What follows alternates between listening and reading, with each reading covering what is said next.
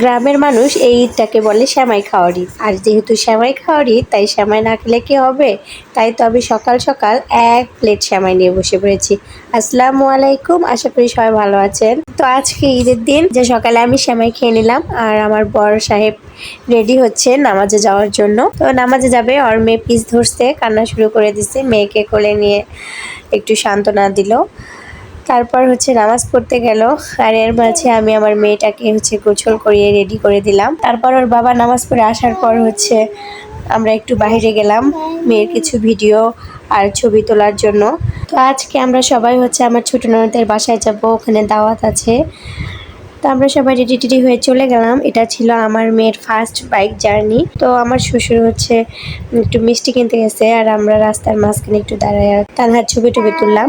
তো আমরা চলে আসছি, আর তানহায় আর আমার ননদের ছেলে ঘুমিয়ে গেছে। তো তানহা ওকে তোলার জন্য চেষ্টা করতেছিল, পরে আমি ওকে ওই রুম থেকে সরাই নিয়ে আসছি।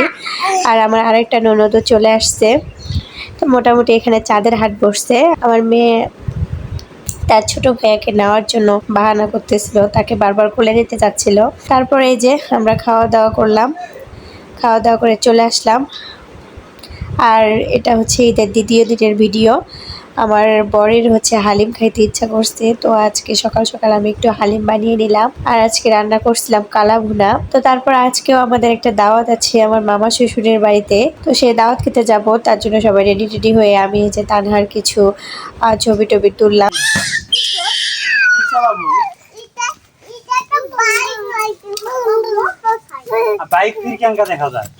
তো মোটামুটি এবার ঈদটা অনেক ভালো কাটছে। তো আজকের ভিডিও আমি এখানেই শেষ করব। কার কেমন ঈদ কাটলো সবাই কমেন্টে জানাবেন। সবাই ভালো থাকবেন, আল্লাহ হাফেজ।